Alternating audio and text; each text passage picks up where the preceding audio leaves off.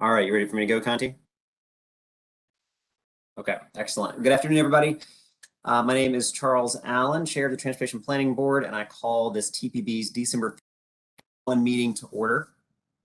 As we continue meeting virtually during the pandemic, we'll continue to live stream the audio and video of this meeting on the internet and on YouTube. We'll begin in-person meetings as soon as conditions permit us to do so, while being able to follow our public safety precautions. While we are familiar with our process for these virtual meetings, for the benefit of those joining the meeting for the first time or following online, let me briefly review the procedures that we use during each of our virtual meetings.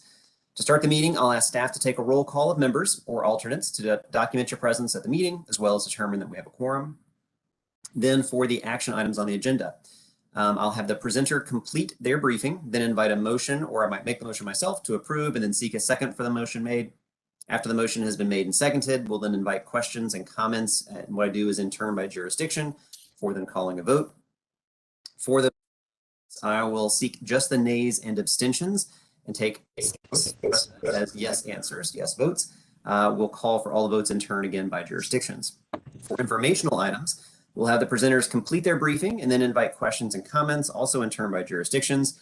I do want to adhere to the schedule, and we are going to do our very best to conclude the meeting on time. So request everyone to please be mindful during your comments and questions at the time. And lastly, as a friendly reminder, mute your microphones as always, and importantly, to unmute your mic and state your name and jurisdiction when you speak. With that, Lynn, let me turn to you and ask if you can please take a roll call, confirm we've got a quorum, and I understand we also have received some comments from the public. So after you do that, I'll have you continue if you want to summarize those public comments. Sure, I'll jump right into that. First of all, so I'm going to state the name of your jurisdiction or agency, and if you could state your name, we will capture that. If I go too fast, I will be monitoring the participants chat, and we will try to capture you, your attendance there. So District Council, Ms. Pinto or Ms. Hanson? Hi, this is Ella Hanson. Good morning. District Council, Charles Allen? Present. District Council, Christina Henderson? Or Mr. Maloney? DC Office of Planning? Kristen Calkins here for Director Tubline. Thanks. District Department of Transportation? Leslie Rupert here for Acting Director Lott. Was that Leslie? Yes, Lynn, it's Leslie. Gotcha, thank you. Moving on to Maryland, City of Bowie? Charles County? Reuben College, present. And I saw Jason as well. City of College Park? That's better. College Park? Frederick County? Jan Gardner, I'm present. Thank you. City of Frederick? Kelly Russell, present. Thank you. City of Gaithersburg? City of Greenbelt? City of Laurel? Hi, for Laurel, it'll be Brian Lee. I'm present. Thank you. Montgomery County Executive? Gary Ehrenrich is present. Thank you. Thank you. Montgomery County Legislative? Mr. Glass, I'll keep an eye out. Prince George's County Executive?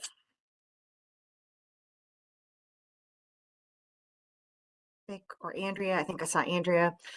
Prince George's County Legislative?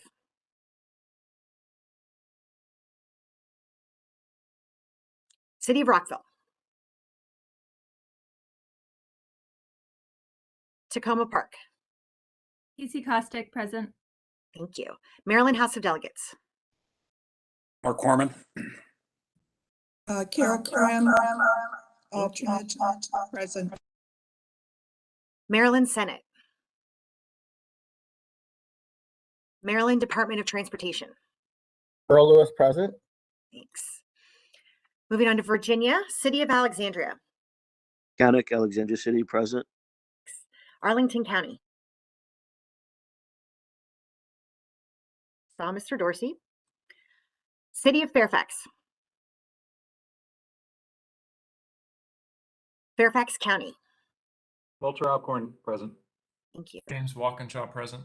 Thank you. City of Falls Church? Mr. Snyder was going to be calling in, just so everyone knows, and he was just an MWAC, so I'm sure he's transitioning. Fauquier County? Adam Schellenberger, present. Thank you. Loudoun County? Kristen Umstadt, present. Matt Letourneau, present. Thanks. City of Manassas. Pam Sabeski, present. Thank you. Manassas Park. Jeanette Rishel here. Thank you. Prince William County. Ann Wheeler, present. McAngry, present. Thanks. Virginia House of Delegates. Virginia Senate. Lynn Vidoc. Senator Marsden's office is present. Great, thanks. And I think Marina Mr. here for Reed's- Delegate David Reed's office with the House. Great, thank you. Virginia Department of Transportation. John Lynch is here. Thank you. WMATA. Sham Cunnin, present. Thanks. Moving on to our ex officio members, Federal Highway Administration, Federal Transit Administration, National Capital Planning Commission. Julia does usually come in. Metropolitan Washington Airports Authority, National Park Service. And that completes my verbal roll call, but again, I'll be paying attention to the participant list. We do have a quorum, and also based on Mr. Allen's recommendation, I'm just going to launch right into talking about the public comments that we received, if that's okay. So for our December 2021 TPB meeting, the TPB received a total of 4 comments that were emailed to us. A memo with a summary of the comments, as well as the comments themselves, can be found on our TPB meeting page. The first letter was from the Sierra Club. They reflected on the TPB's climate change mitigation study and asked the TPB to revisit the I-495 and I-270 managed lanes project. The second letter was from the Coalition for Smarter Growth, and it states that the findings from the TPB climate mitigation study of 2021 are clear that the region can achieve necessary levels of greenhouse gas reductions. The letter includes additional interpretations of the study findings and provides further detail on their interpretations. We received an email from Arlington Montemorano with an invitation to their December 8th West Montgomery County Citizens Association, where their topic was the I-495 and I-270 project. And lastly, we received an email from Carolyn Hard, which explained their opposition to the I-495 and I-270 projects and provided a suggestion to replace them with increased transit service. As I mentioned, all comments are found on our meeting page. That concludes my report. Thank you, Chairman Allen. Thank you very much, Lynn. All right, let's see. Next, what we're going to do is move to agenda item number 2, which is the approval of the meeting minutes. As always, everyone should have a copy of that that they was shared with them in advance. So we start with a review and adopting the minutes of our November 17th meeting. I'll make a motion to adopt the minutes of that meeting. If anybody has a second, please. Emmett Jordan from Greenbelt, Maryland. I'll second that. Thank you, Mr. Jordan. Reviewing that, are there any corrections or comments on the meeting minutes that anyone would like to make? All right, not hearing any then, we'll do our first vote. Remember again, I'm asking only for nays or abstentions. Your silence means that you are in support of it. So, District of Columbia, Maryland, Virginia. I'll abstain, Matt Letourneau. I'm sorry, Matt, I couldn't hear you there. I'm abstaining. Abstaining, okay. And then WMATA, any other agencies? All right, appreciate that. Conti and Lynn, if you can make sure reflect that Mr. Letourneau was abstaining from that vote, but otherwise was a vote in support. Yeah. All right, thank you very much. Next, then we'll move to item number 3 on the agenda, our technical committee report. Everyone should have a written summary of the December 3rd meeting. Let me recognize Chair Jason Groth to help highlight any additional aspects of the committee's work. Jason, let me turn to you. Thanks, Mr. Chairman. The technical committee met on December 3rd. That was our last meeting for the year and my last meeting as chair. It was actually an honor to be a part of that, and it was a lot of fun, actually. A couple of highlights. Several of the items on today's agenda are, I don't want to rehash necessarily, but a couple of other items that were on there that are just of note for the committee. We got an update on Move DC's long-range transportation plan, which was a nice way of understanding the district's path forward and the initiatives that they're taking. Another one that was just a lot of fun to watch was the 11th Street Bridge Park presentation, where they're taking the old 11th Street Bridge and, as it says, making it a park. All of the amenities that went into it, the public-private partnership that was a part of it, and it was sort of a long game, you know, and understanding how initiatives can start there. Rounding out the year, I just wanted to say that you know, we did a lot of Visualize 2045 exercises in the beginning of the year for the update. We've done a lot of back and forth, a lot of input. The technical committee is poised to be the committee to give that technical input, that feedback from each and every jurisdiction from the subject matter experts. And there's been a lot of really good dialogue on those items. And then I think the theme for the year is climate change for sure. And I just came from the Air Quality Committee before this meeting, talking about a lot of the same initiatives there and the sort of the cross-pollination between all of the different efforts that COG and our local jurisdictions do together to make these things happen. I've been with the board in some capacity for better part of 15 years now, and I've seen sort of the migration towards these things. And each of our jurisdictions is putting in an effort to make these things come to fruition. And it's really it is a lot of fun to actually see that come together. So with all that being said, it's been an honor. And if there's any questions for me or for the committee, please feel free to ask. Thanks very much. Thanks so much, Jason. First, let's see if there are any questions. We'll do it by jurisdictions, and then Jason, don't go anywhere. So any questions from WMATA or any other agencies? How about Virginia, Maryland, District of Columbia? Not hearing any questions, Jason. I don't want you to go anywhere. Because I do think we want to, as you have noted, Jason Groth is from Charles County, is concluding his tenure as chair of our technical committee. And you've done just an absolutely fantastic job. On behalf of the board, Jason, I want to thank you for your service to the board, to all of our colleagues, and to the region. We do have a certificate of appreciation for you, which I understand, fitting our virtual meeting, has been sent to you in advance. You should be receiving it if you have not already received it, or we could do this whole thing where I pretend to like pass it through the video screen if that's something you're able to receive. And it worked. There you go. Fantastic. I was able to squeeze that through. Again, we're really, really grateful. But briefly for everybody, here's what it reads. The National Capital Region Transportation Planning Board at the Metropolitan Washington Council of Governments hereby presents this recognition of gratitude and esteem to Jason Groth for his distinguished service to the TPB and to the people of the region as TPB Technical Committee Chair 2021. So let's all give Jason a big round of applause and appreciation for your leadership and everything you've done there, Jason. Thank you so much. Thank you very much. Appreciate that. I know you can hear the applause raining down. Yes. Yes, it's deafening. Thank you, Jason. Thank you. Next, we're going to move to agenda item number 4, which is our Community Advisory Committee report. I'll start with a report on the Community Advisory Committee's meeting. I believe we have a copy of Elisa Walton's written report. But Elisa, let me turn to you to see what you'd like to highlight and add for us. Thank you very much. This is kind of the culmination of our CAC year. I'm going to just select some highlights from the annual report for the CAC.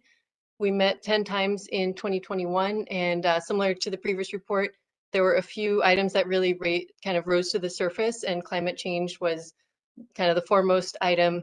We talked a lot about the impacts that will have on the region and potential ways to reduce GHG emissions. And the CAC applauds the TPB for conducting the climate change mitigation study of 2021 and really hopes to continue that conversation and that focus moving forward.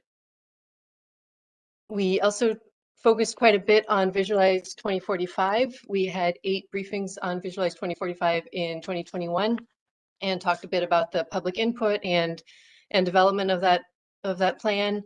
One of the highlights for many members was the Voices of the Region focus group, along with members of the Access for All committee. And again, the CAC looks forward to remaining engaged in the development of the Visualize 2045 plan and raising awareness around this in the next year. On roadway safety, this has been an ongoing focus for the CAC in recent years. And obviously it's just continuing and increasing given the increase in incidents. The CAC was happy to see the Regional Roadway Safety Technical Assistance Program come together and encourages the TPB to continue funding that and continuing this focus on safety as a priority. We also encourage all member jurisdictions to participate in that opportunity to the extent possible. Finally, the project inputs for the long-range plan were also a topic of discussion this year, much like they were for the board and everyone else. And we heard from Mr. Srikanth at the July CAC meeting on the 495-270 project, which was a topic of great interest. Obviously, there are a lot of different opinions on that, but our discussion focused more on sort of overarching principles that we suggest should be used in consideration of projects for the plan. I won't read them all, but definitely encourage folks to go back to the July report if you're interested. I will just highlight there was some discussion around making sure projects are ready and have good, clear, consistent information when they go to the board, that the board considers the diversity of the region, takes regional aspirations seriously, and respects expert opinion. So again, while we came from very different perspectives on this, we did come up with a number of consensus priorities on the long-range planning process. Finally, looking forward, for the first time ever, the CAC is having a 2-year term. So we'll all be back next year and look forward to continuing to engage on the issues that have come up. There's also a number of things we'd like to focus on in the coming year, including sort of an increased focus on discussing what shifts post or even continuing during the pandemic will mean going forward. And so with that, I will turn it back over. I know that was a lot, but that was an attempt to sort of summarize the diverse conversations we've had this year. It's been a really productive and interesting year, and I will hand it back over for any questions. Thank you. Thank you very much, Ms. Walton. First, let's see if there are questions for Ms. Walton. Let me turn by jurisdiction. Let me turn to the District of Columbia first. Next to Maryland.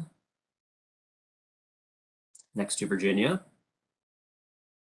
And then we'll monitor their agencies. Virginia, and I just want to let you know I finally figured out how to get on the call, so I've been on the last couple of presentations. Someone's figured out to be on the call now. That's good news. Mind you, so make sure we mute. So Ms. Walton, before we move on, just hang in there for a second as well. I want to appreciate Ms. Walton. She is a resident of the District of Columbia, but has really been a regional person at heart. And today, this meeting is concluding her tenure as chair of our Community Advisory Committee. Members of this committee volunteer their time, their energy, and they are a huge benefit, I think, to the board's discussions and actions. And having nominated her as the chair, I'll say I'm very proud of how well she has served as chair, the commitment to consensus building, to communication, to respecting the views of everybody, but also bringing people together to move forward. And frankly, just the additional time that she has spent following all the discussions and activities. Also, we'll note that one of the enactments that she has made to the committee's work is holding breakout sessions to take up these topics that would come to us. It's excellent. It's a great way for members not just get to know each other, but also to understand where you're coming from with their different perspectives and viewpoints. And so I'm grateful for the leadership and thoughtfulness that she has brought to this position. So, Elisa, we also have a certificate of appreciation for you, which hopefully you received in advance. I will do the same thing and try to push it right through the camera, and hopefully you're able to. Thank you. Yes, there it is. Sorry, Perfect. I guess the blurring function works a little too well, but I promise it is here. And thank you so much. It's been really a pleasure working with you and the staff and the board. So thanks so much. You got it. Fantastic. Well, we are really grateful again, just so that everybody knows what it says. Let me just read it out loud. The National Capital Region Transportation Planning Board at the Metropolitan Washington Council of Governments hereby presents this recognition of gratitude and esteem to Lisa Walton for her distinguished service to the TPB and the people of the region as TPB Community Advisory Committee Chair 2021. And I'll just add that I'm very excited that these are 2-year terms. So the hard work and the expertise that gets gathered continues on. So my sincere appreciation for the leadership and the work that you've done there. Thank you. So let's give her big rounds of applause and appreciation as well. And just like with Jason, it comes raining down. Excellent. All right, next we're going to turn to agenda item number 5, which is our steering committee actions and report from the director. Everyone should have a written summary of the December 3rd steering committee meeting and the director's report. Conti, let me turn to you though to help add to it and anything additional that you would like to make sure you mention and add. Certainly. Thank you, Mr. Chair and members of the board. Just a couple of items that are in the memo to draw your attention to, and a couple of other items that are not in the memo. The application period for the new round of transportation and land use connection grants from the TPB will open on December 17th, Friday, and the deadline is through February 21st of next year, and an abstracts could be submitted by January 10th if the jurisdictions are willing. So important announcement there. Also, after a break last year due to COVID, we are glad to inform that we will be hosting the TPB's Community Leadership Institute, CLI, which, as you know, is designed to help leaders in your communities to better understand how transportation decisions are made in this region and how they, as community leaders, can participate and make a difference. The CLI program is free, and it consists of 3 interrelated modules over a 3-day period. So interested citizens or community members could apply before February 16th. So I request your help in getting the word out within your communities. Now, just a couple 3 items that are not in the memo, some late developing. First, the draft connected automated vehicle principles that you saw last month. We are still accepting comments for that. The board will be asked to adopt those principles next month. So if you are waiting to get to it, we'll be happy to get your comments on this month. Second, as an update on the status of our intentions for hosting the board meetings next year, specifically in-person versus virtual meetings. As of now, COG staff, your staff, are expected to return to the office starting January 4th. And we intend to host the TPB meeting on January 19th as an in-person meeting, primarily in person. We will still offer the option of members to attend virtually if they so choose. Given that the board has been able to hold its meeting effectively and efficiently in virtual format, there has been interest expressed by several board members to me to consider a mix of in-person and virtual meetings for next year. Any in-person meetings we anticipate will continue to offer the option of participating virtually. We will work with the incoming officers and propose what options might be available for the board. We hope to have something like that at the next meeting. The third item, which is a very exciting item, the board has been engaged in discussing and studying how transportation sector can address the impacts of climate change. And many of the TPB member jurisdictions have been developing detailed climate change action plans. So this past Monday, Prince George's County hosted the Vice President of the United States, the United States EPA Secretary, and the President's Special Advisor for Climate Change at its facility, where the guests talked about the federal push and the programs to build electric vehicle infrastructure and to transition to electric vehicles. We will post a link to the video of this event in the chat, and you can see their remarks. In the remarks, Vice President Harris also announced that the White House was going to release an EV plan. That has been released, and we will post a link to that White House EV plan in the chat as well.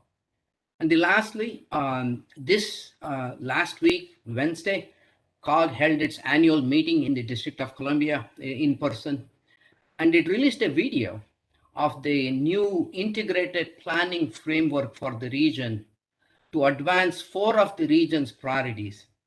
The region's priorities for housing, for priority for building transit-oriented communities throughout the region, near high-capacity transit stations, the region's priority on equity, and the region's priority to address climate change. Those are the four elements that COG board is identifying as an integrated planning framework.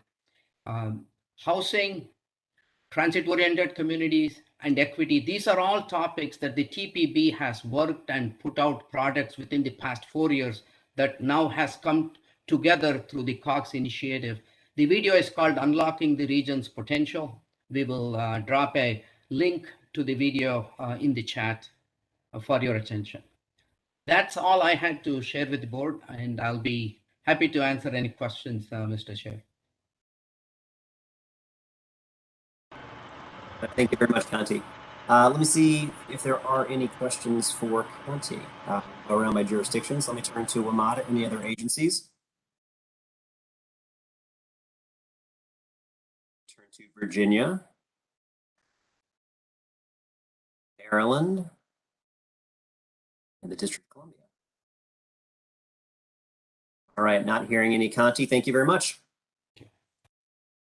All right, next I get to turn to the chairman's remarks, item number 6 on the agenda.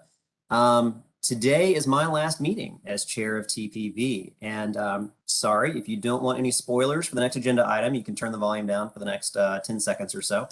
It's also my last meeting as a TPB officer after the last 6 years. Serving on this, I think it had a pretty good run. I've enjoyed it. But don't worry, I am not going too far. I'm going to go over and now be one of the vice chairs for COG, continuing to work with our TPB colleague, Christian Dorsey.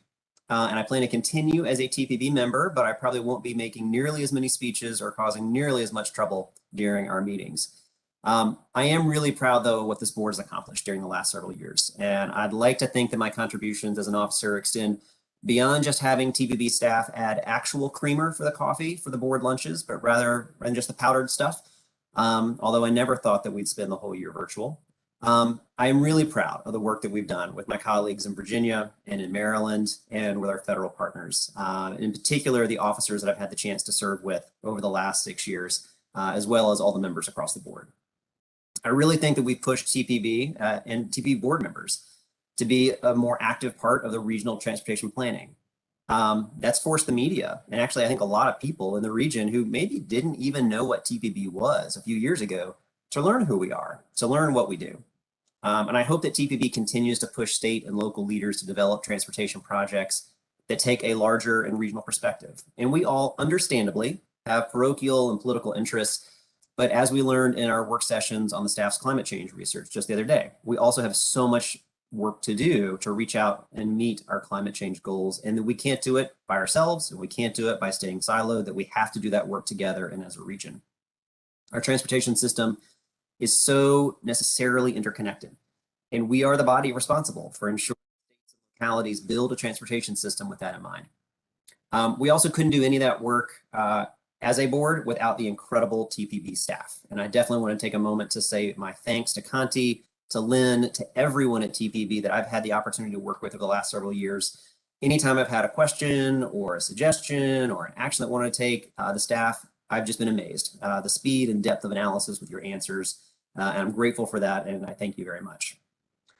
We do have a lot of work to do today, so I do want to keep this relatively brief, but I do want to take a minute, since I have the chairman's remarks prerogative, to talk about an agenda item that's coming up, agenda item number 8. Where I hope that we will be approving a letter to the mayor of the District of Columbia and to the governors of Virginia and Maryland. I want to be clear about what both this letter is and what it is not. But before I do that, I also feel like I want to make sure I share with folks why this matters so much to me. We have talked a lot about safety, and I know that every single person on the board cares deeply about making sure that we have safe streets all across the entire region. Yesterday, we had 2 kids that were struck in a crosswalk, walking to school in DC. On Sunday, I and my daughter went to an intersection where a 5-year-old girl was killed riding her bike. And we had a chalk in with neighbors to help remember her. On Friday, I had a 9-year-old constituent who was struck by a driver who hit and run, and a 9-year-old was left with stitches and scars on his face and survived, but significantly hurt. I've talked about this before, that I've had personal friends killed on the streets in DC. On Walk to School Day this year, as I was speaking to a group of 150 parents and kids and teachers excited to walk from our neighborhood park to schools all over, we then found out that 2 little girls were in a crosswalk and severely hurt. And I know that I'm not alone in this. Each of my colleagues in Maryland, Virginia probably have equal stories that they can share about how they and their friends have been personally impacted by violence that takes place on our streets. So the action that I think that we can take today, it's actually quite limited. This letter would simply urge the executives of our 3 jurisdictions to create a regional task force that would do 2 things. First, it would work toward an agreement on regional reciprocity for automated traffic enforcement citations. And second, it would start a regional review of traffic laws across the region and how those laws are enforced to recommend how we can work as a group, as a region, to increase roadway safety. It doesn't actually create reciprocity, although I sure wish it would. I frankly think it's the bare minimum that we can do to ask executives to work together toward this type of reciprocity. The letter reflects revisions and feedback from all of our jurisdictions, and I appreciate everybody who's had input in that. I think we all know that each of our states, each of our jurisdictions are party to an existing multi-state compact that requires each of our states to enforce certain traffic citations our residents get in another state. But it's limited to citations that are issued by law enforcement in person. So that means if a Maryland state trooper gives me, a DC resident, a speeding ticket if I'm driving north on I-95, DC has to help Maryland enforce that ticket. The theory of the compact is that once I drive through Maryland, the state has a hard time enforcing that ticket, and we don't want Maryland's enforcement decisions to be meaningless. The task force would simply work to ensure that if I get that same speeding ticket in Maryland, or if I'm heading south on I-95 in Virginia, but it's issued by a speed camera rather than a state trooper, well, DC would have to help Maryland or Virginia enforce that ticket the same way. The letter does not suggest that states should use ATE in any particular way. In fact, the letter explicitly acknowledges that automated traffic enforcement is evolving differently in each of our jurisdictions, each of our states. And that makes sense. We've got different constituencies, we have different political realities, we have different legal systems, and our roadways are built differently. All this says is that the region should use all of our levers to make sure that our roadways are safe. And regional reciprocity for automated enforcement is one of those levers. I think the letter can actually be a great example of how we're able to work together as a region, and it's a product of collaboration and compromise among the states, just as eventual reciprocity agreements will ultimately be. I think this is the type of collaborative work that I'm proud to be a part of, and I'm proud to be able to work with my colleagues with my time here at TPB. And I want to thank all of you for working with me, not just on this, but on so many projects that we have partnered on together over the last several years, and I look forward to continuing that collaboration. So with that, I will now move to agenda item number 7. And that is the nominating committee report for the 2022 TPB officers. You'll recall last month, I mentioned that the terms of the chair and the 2 vice chairs of the board will be ending at the end. We convened a nominating committee to bring forth a slate of excellent candidates to serve as officers for TPB next year. I want to thank in particular Christian Dorsey and Bridget Newton for serving with me on that nominating committee. And on behalf of the 3 of us, it's my pleasure to present our unanimous recommendation of the following slate of candidates to serve as officers of the TPB for 2022. Unless that is, there's a floor fight coming. We'll see what happens. But our recommendations are, as chair, Pam Sebesky from the city of Manassas, Virginia. As first vice chair, Reuben Collins from Charles County, Maryland. And as the second vice chair, Christina Henderson from the District of Columbia. Before I call for a vote on this slate of candidates, let me ask if there are any nominations from the floor.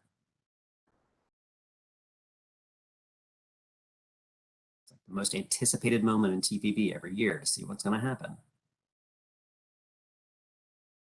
All right, I hear no nominations from the floor. Going once, going twice. All right. Hearing that, let me ask if there are any nays. Any abstentions? I'm not even going to do this by jurisdiction. We're going to do this the whole group. Any abstentions?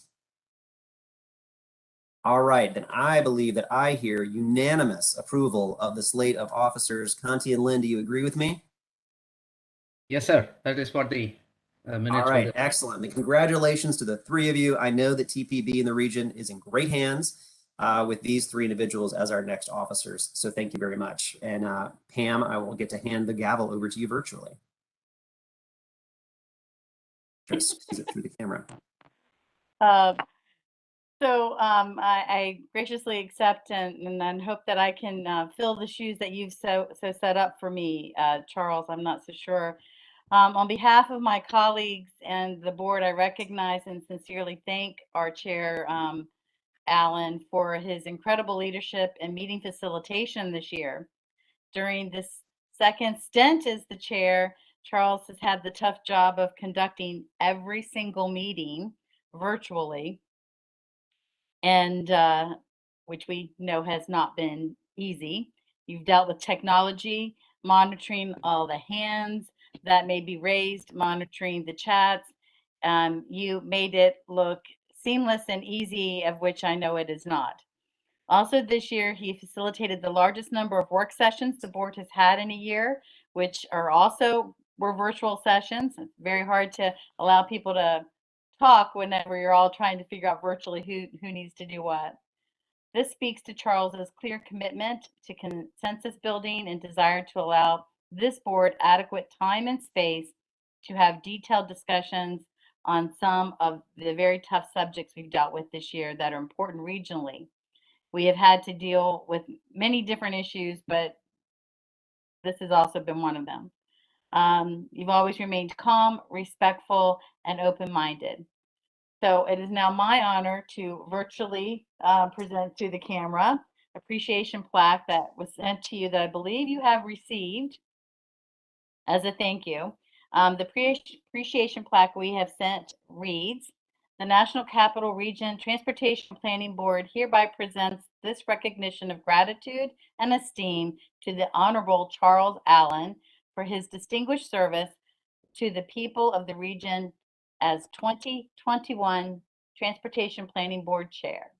Thank you, Charles, and I'm sure everyone here would like to clap with me in thanking you for your great service these last 6 years, but especially this year in 2021, a year like no other. Thank you. Thank you. Thank you so much, Pam, and thanks everybody. If I We may add, controversial this year, which was great. if I may add, first off, I want to thank Chair Allen for your leadership, observing you, dealing with very, very challenging issues, has created, a mindset and and at the end of the day, a reason for us to move forward in the future, really relying on your leadership during this very trying time. And I also want to let our incoming chair, Sabisky, know how much we appreciate, this opportunity to move forward. And, I just want to thank both of you to be in a position to observe your leadership, during this. It's a very challenging and different period for all of us. But at the end of the day, when you look at what we've done, we've actually expanded, where we are as a region in terms of opportunities. And so, I'm just glad to be a part of that. But Chair Allen in particular, I really wanted to thank you just observing your leadership, and that's something I'm saying from the bottom of my heart, that I really appreciate that from afar, that's what makes it amazing. We were never actually in the room, but at the end of the day, I mean, we've done great things, and I really wanted to make that clear to you, and I'm looking forward, Chair Sabisky, incoming chair, to working with you. Thank you so much. I really appreciate that. It means a lot, and I'm really grateful for that. I also know that TPB is in great hands, and I know that Pam is going to do a phenomenal year leading a whole bunch of challenges that are coming up for 2022.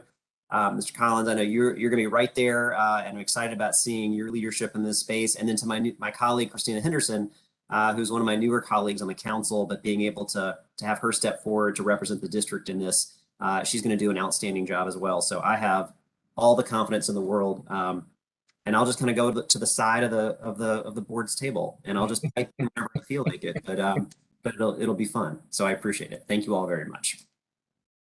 I appreciate it. We are next going to move then. I can get my computer to work now after you praised all the virtual work. Now move over to agenda item number 8. So I touched on this a moment ago. I'll try to speak to it briefly and then move towards some action here. So folks will recall the discussions that we had last month on the matter of TPB as a regional transportation planning body, who has said that improving regional roadway safety is a priority, as I know it is. Sending a letter to the governors and the mayor about establishing a reciprocity arrangement between the 3 jurisdictions for automated traffic enforcement. As I noted earlier, the reciprocity is to extend the existing arrangement of the 3 jurisdictions enforcing traffic citations issued by law enforcement police officers to unsafe motorists in each of our jurisdictions to citations that are issued by automated traffic enforcement devices. We reviewed a draft letter last month, and several members wanted more time to review the letter, to be able to add comments and feedback, to be able to discuss within your own legislative bodies and offer edits to address any issues that they may want this letter to make sure to address. As we know, we have been able to incorporate a lot of feedback and a lot of revisions. Staff has received revisions from several members over the past couple of weeks. And what we have in front of us today is now a clean copy of the latest edition of that revised letter. And there have been a number of iterations. And so my thanks again to everybody who had their input here. And this version is not in track changes. We tried to have a clean copy for everyone to be able to see. Again, I want to thank my colleagues from Maryland and Virginia who worked on this. I do believe this is an example of the type of regional collaboration that TPB can pull together and what we're all about. We've all compromised a bit to get to this version, but I do think it captures the most important points that we've all expressed. And that is, even if it isn't exactly what each of us would have written if we had the pen ourselves. And that's going to be true of an eventual reciprocity agreement as well. And I hope this letter is the beginning of a productive regional engagement on the important roadway safety issues. I've already talked about both what the letter is and what it is not, so I don't necessarily need to repeat myself there. I believe everyone received the latest edition, given that most of last month's draft was retained. And I want to make sure everyone had a copy of that revised letter to read one more time. And then what we'll do is take a vote on it. So what I'll do is make a motion to put the letter in front of us. And then once we have that, if there's any discussion or any questions, then we'll go to that. So if that works for everybody. So I'll make a motion to have TPB approve and then send this letter, and if there's a second. I'll second, Chair. Thank you very much. All right, so with that, now we have the letter as revised in front of us. I'll turn to any questions or discussion. Mr. Collins, your hand is still up, but it may be from the earlier comments. So yeah, that's old. Please apologize. That's you can old. say all the great things again if you want. I mean, that was nice. No, that's old. That's old. Let's see. I think I see Ms. Kostick. I think I saw your hand go up. I think Mr. Lynch, did I see your hand up as well? Yes, sir.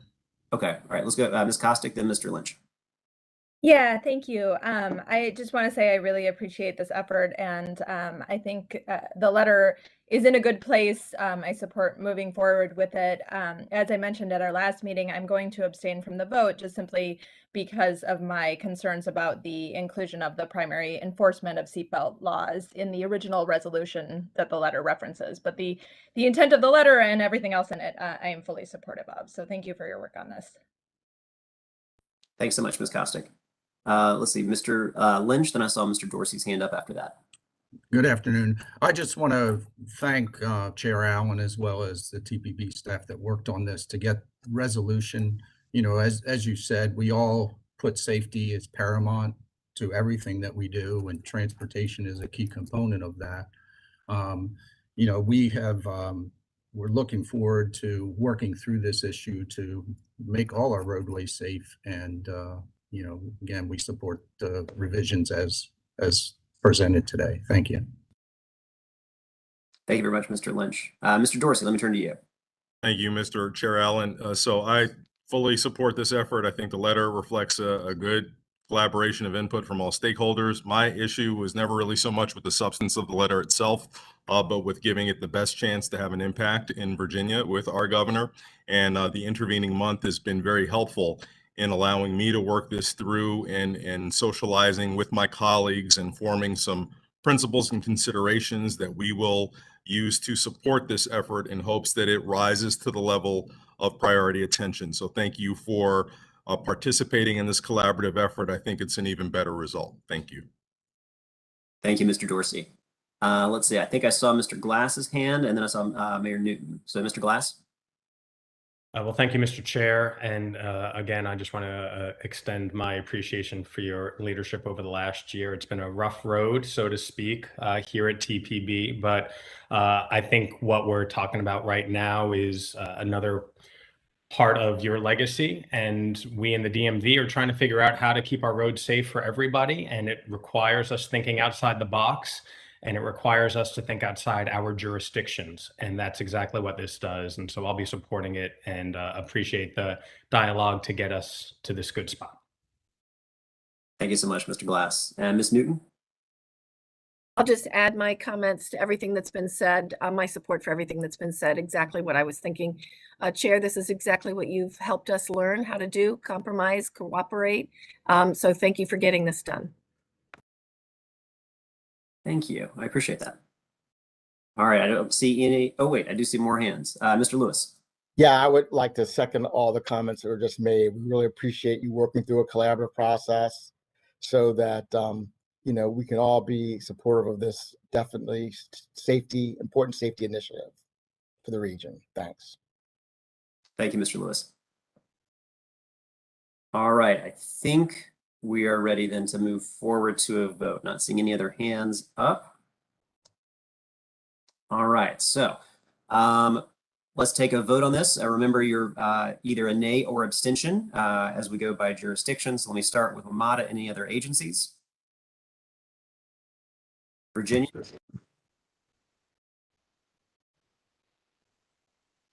Ms. Costas, earlier you wanted to abstain? Sorry, I must have cut out. Yes, I do abstain.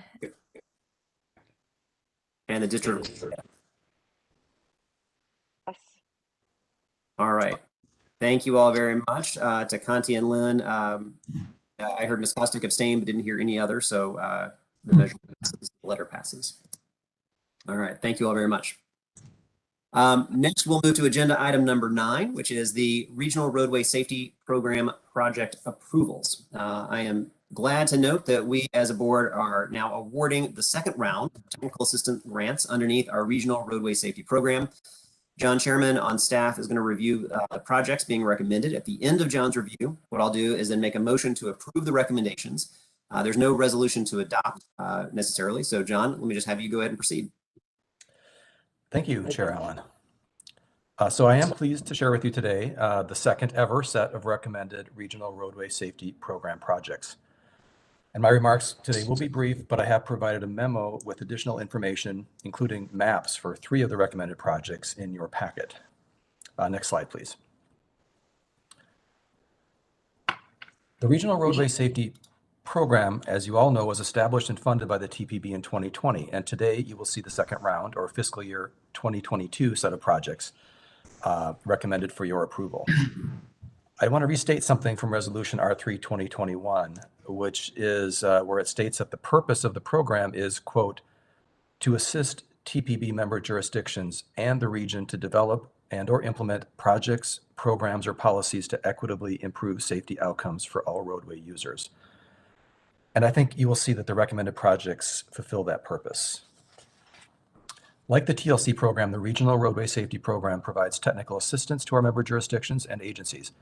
However, this program is designed to promote TPB's roadway safety priorities, and these are improving road user behavior and identifying and designing safety countermeasures. In fact, Resolution R3-2021 provides dozens of such countermeasures that this board would like to see implemented across the region. Importantly, and this is clearly spelled out in the resolution, this program must equitably improve safety for all roadway users. And I also think you will see that the recommended projects advance the TPB's roadway safety priorities. Also, these are small projects, $30,000 to $60,000 for planning projects and up to $80,000 for projects that include preliminary engineering. The program is funded at $250,000 for fiscal year 2022, and staff anticipates the funding will continue in future fiscal years. Here you can see the breakdown of the UPWP funding. Next slide, please. The application period for this round of the Regional Roadway Safety Program opened on August 16th and closed on October 12th. Also, applicants were able to submit an optional abstract for staff to provide feedback and suggestions. We received 6 applications totaling $395,000 in funding requests, 1 from a Maryland jurisdiction, 4 from Virginia jurisdictions, and a joint application from Arlington and Prince George's counties. Next slide, please. The projects you will hopefully approve today are recommended by a selection panel consisting of 4 members, 1 TPB staff person plus 1 roadway safety official from each of our 3 state DOTs. Each selection panel member independently scored each application in 2 ways. First, they did a qualitative judgment based on their professional expertise. This was 50 points. And they also provided their assessment of how each project addresses the TPB safety priorities. These 2 scores were then combined into a total score. We then convened a meeting where the panelists discussed each of the projects and came to a consensus as to which of them to recommend for funding. Next slide, please. One challenge, of course, is that we have $250,000 in funding and $395,000 in funding requests. Even so, the panel was able to recommend 5 of the 6 projects. All of the recommended projects address 1 or more of the funding priorities of R3-2021, and all of the recommended projects either directly or indirectly encourage improved road user behavior. 3 of the 5 projects work to identify our design safety countermeasures. All of the projects are intended to equitably improve safety outcomes for roadway users. And 4 projects are from Virginia, and 1 is a collaboration between Arlington and Prince George's counties. I'll also just make a quick note that all of the 6 projects applications were all really good. The other one from a Maryland jurisdiction was not recommended this time because it builds off of work that is going to be done as part of the award in the first round, which is still ongoing, which is soon to be ongoing. So that's just a little early. Next slide, please. So here is a list of the recommended projects. The first project, a joint application from Arlington and Prince George's counties, seeks consultant services to create traffic garden layout and toolkits that provide templates for implementation of school-based traffic gardens.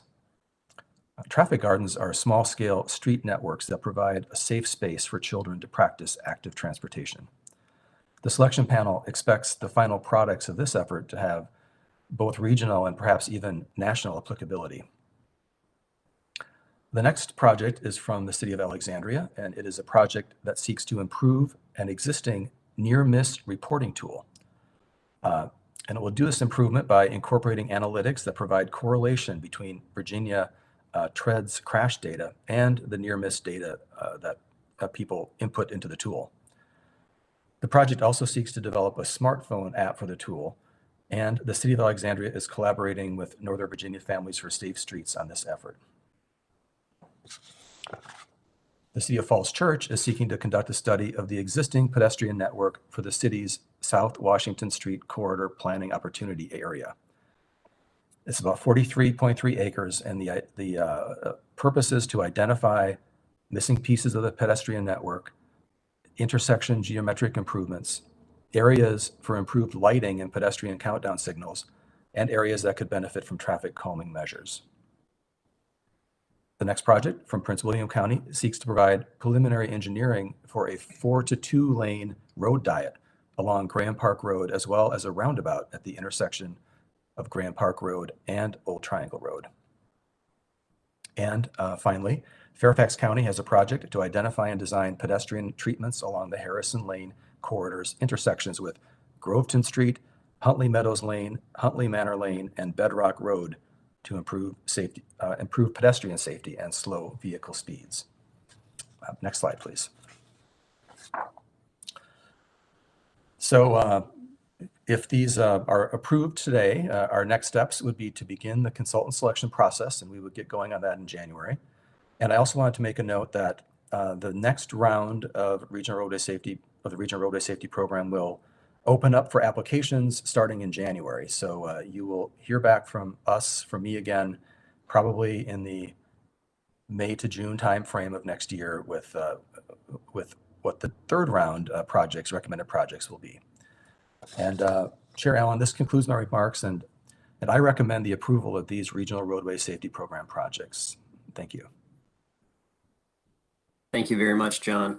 How about this? I'm going to make a motion to approve, and then need a second, and then I'll see if there are any questions for John, and then we'll move to approve that motion. So I'll make a motion to approve the recommended projects to receive technical assistance grants from the TPB's Regional Roadway Safety Program. Is there a second? Christian Dorsey from Arlington will second. Thank you. All right. Are there any questions that you had for John about any of these projects? I'll go by jurisdiction, perhaps. WMATA, any other agencies? In Maryland? And let me turn to Virginia. Ms. Wheeler, I think I see your hand up. Yeah, I just want to say, no question. I just want to say thank you for including this project, which will be a collaborative effort with Dumfries. You know, everyone has safety issues, and we're just very grateful to have that included. So thank you. Excellent. Thanks so much, Ms. Wheeler. Anyone else from Virginia? Chair Allen? Yep. Same as Chair Wheeler. This is Cannon from Alexandria. I just want to give a quick shout out to Families for Safer Streets. We tried to get something in to TPB, I think a year or two ago, but we missed the deadline. So really excited that we were able to get this in. And thank you also to our police department that helped make it happen, some of our staff. So we're excited to see this app hopefully be productive and something that we could use across the region. Excellent. Thank you. Anyone else from Virginia? In District of Columbia? John, I'll just ask one quick question, and that is, in what ways will the improvements that are made, the things that are learned, get shared with other regional partners? I know, for example, there's one of the projects is helping gather and collect some near miss data, which I know is something I'm assuming all jurisdictions struggle with. How do you help capture that information, help it inform decisions? How does that information going to get shared for future projects down the road? Well, our thought is that we would, obviously, when these projects are completed and we have some deliverables, that we would have, presentations amongst our committees about what the projects are to make sure that the word gets out. I think that, well, we haven't, identified the other means yet, but it's definitely something that we want to make sure happens. So I think probably TPB News and other efforts like that to get the word out would be something that we would consider, as well as other things as we get closer to that point. But definitely sharing within COG committees is one of the prime paths for that. Excellent. Mr. Allen, this is Kanti, if I could add. Yep. One of the things we have done with, say, for example, Transportation and Land Use Connections Grant, which is the oldest grant running on almost 12 years now. One of the things we have done is, if there is any project that results in any kind of a product, the product could be a tool, it could be a reference guide, or it could be a best practices documentation. If there is a product that has applicability in general beyond the specific jurisdiction, we have done two things. We have used any of these subcommittees and held a forum to share that with all the other jurisdictions. And second, for these projects, we do intend to create a repository on the TPB website where all of these products and tools, whatever are developed, are there with their final report. So it will continue to serve as an online resource for safety officials. Great. Thank you very much. All right, with that, then let's move to a vote. So again, we're asking for any nays or abstentions. So I'll begin with the District of Columbia, Maryland, Virginia, and WMATA, any other agencies? All right, thank you very much. Let that reflect a unanimous vote in support. Thank you very much, John. Thank you. Next, we're moving to our informational items. So we're going to start with item number 10 on the agenda. which is our draft 2018-2022 highway safety targets. So we're going to take up, this is an informational item. We're turning right back to John again, who's going to get us started. He's going to review the next round of targets for highway safety performance measures as part of the federal performance-based planning and programming requirements. Again, there's no action today. We'll have to adopt an updated set of targets next month in the new year. Again, today is an informational item. So John, let me turn back to you. Thank you. So back in January of this year, this board adopted its fourth set of regional roadway safety targets. And as laid out in federal regulations, setting these safety targets is an annual occurrence, and here I am to talk about the next set. My remarks, again, will be brief, but there is a detailed report in your mail-out packet that provides additional information about the safety target setting requirements for MPOs and the methodology used to develop these proposed targets. Also included in your mail-out packet is draft resolution language for your consideration. I'm not going to cover that language in my remarks today, but wanted to provide this to you a month earlier than we have previously to allow more time for review. Next slide, please. But before I get to the proposed targets, I would like to provide some information about a couple of other really closely related items. These include a review of recent trends in the data for the 5 required safety performance measures, and a review of how we did with respect to the set of targets that were established in January of 2020. Then I will share this year's staff recommended safety targets for your consideration. Next slide. So first the trends, next slide. This table shows the last 5 years of annual data for each of the 5 safety performance measures. And the news is not good with respect to fatalities, good, I would say, with respect to serious injuries, and troubling with respect to fatality and serious injury rates. Fatalities increased by nearly 5% between 2019 and 2020. And this is the highest number of fatalities in our region since 2008, when we recorded 330 fatalities. The fatality rate, however, increased by over 30%.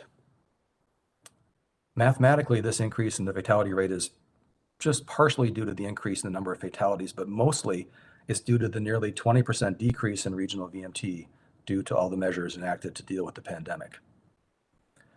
The number of serious injuries continued to decline like it has each year since 2016. However, the size of the drop, 22%, is much greater than it has been in previous years.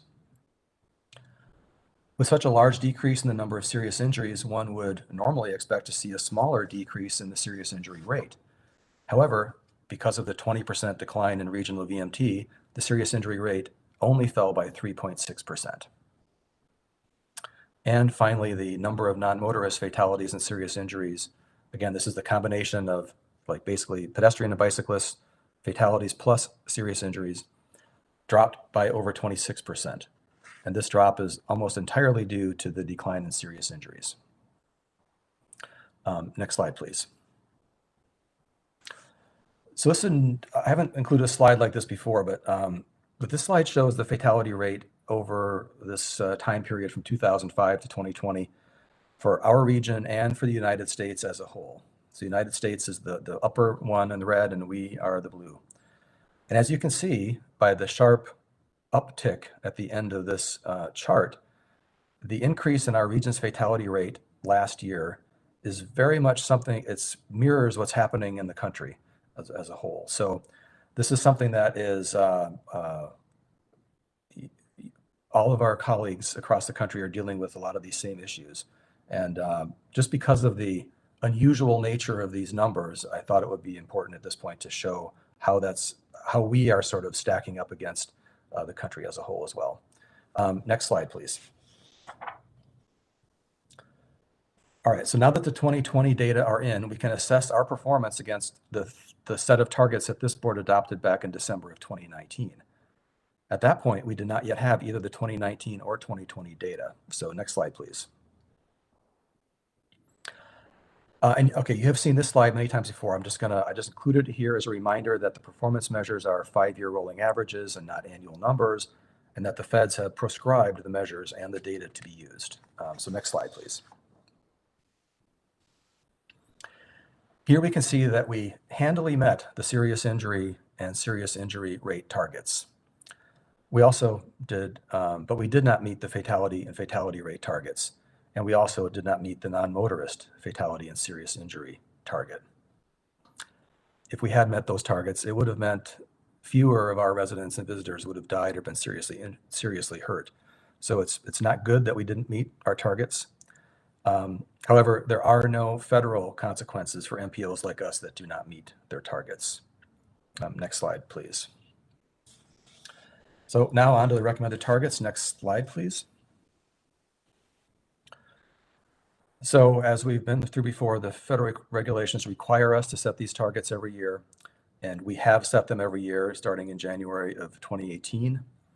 Our state DOT partners are also required to set highway safety targets, but they have to do it by the end of August each year. And our DOTs have done that again this year. So the regulations also state that the targets shall be data-driven and realistic. And another feature of these targets is that they're the 5-year rolling averages and not annual numbers. So next slide, please. This is the methodology we use to develop the recommended targets, and it's the same as what we used last year. In a nutshell, each state has their own methodology for setting statewide targets that reflect their best estimates of how their safety programs, projects, and policies will affect the performance measures. TPB staff incorporated each state's target setting approach to develop our proposed regional targets.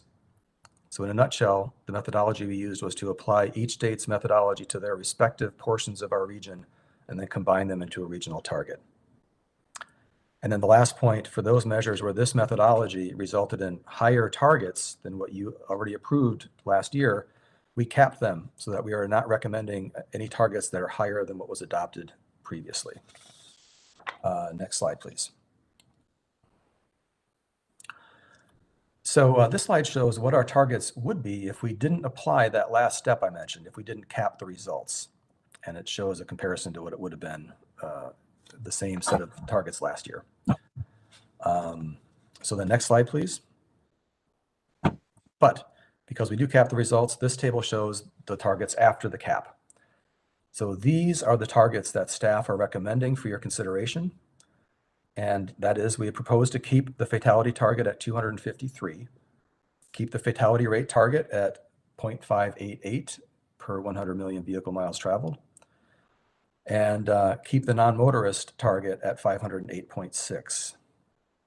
We also propose that the serious injury target should be reduced to 1,889.7, and that the serious injury rate target should be reduced to 3.867 serious injuries per 100 million vehicle miles traveled. Next slide, please. This table puts the proposed targets into context with the targets that you have set previously. And next slide. All right, next steps. Next slide, please. So we will finalize these targets based on the feedback that we get from you today and between today and next month. And then we will come back in January and request board approval of the targets at your meeting then. And I'm happy to take any questions. Well, next slide. I think I'm done.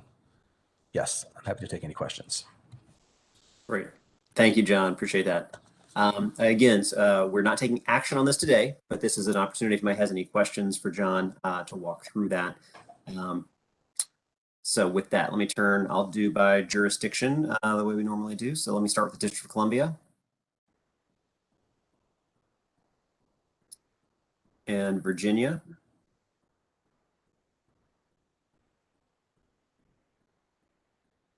Maryland.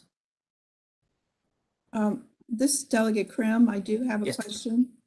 Yes, Delegate Krim. Are you making recommendations on how we achieve these targets? Like more traffic enforcement or more speed enforcement? That's my question. Delegate Krim, in the recommendations that are in front of you today to be acted next month, these are just targets.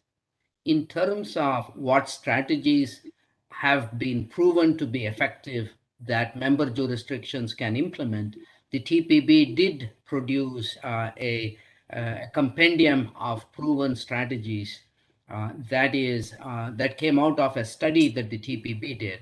And those strategies are available for member jurisdictions to to consider.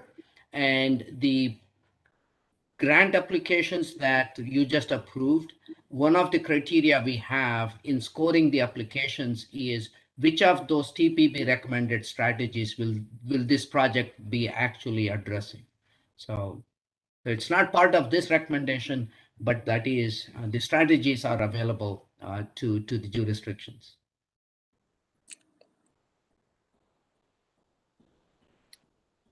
Thank you, Delegate Krim. Ms. Costick, I think I see your hand up. Yeah, thank you. Really, really depressing results here. Obviously not what we want to hear. I just was looking at that chart and I had two questions. One was, it looked like there was a significant decrease in the number of serious injuries and fatalities between 2005 and 2009 on the chart that you showed. And then it somewhat kind of leveled out for the past 10 years before jumping up again. I'm curious if there's anything that you can point to that was a significant change that kind of resulted in that decrease then, something maybe we could emulate again.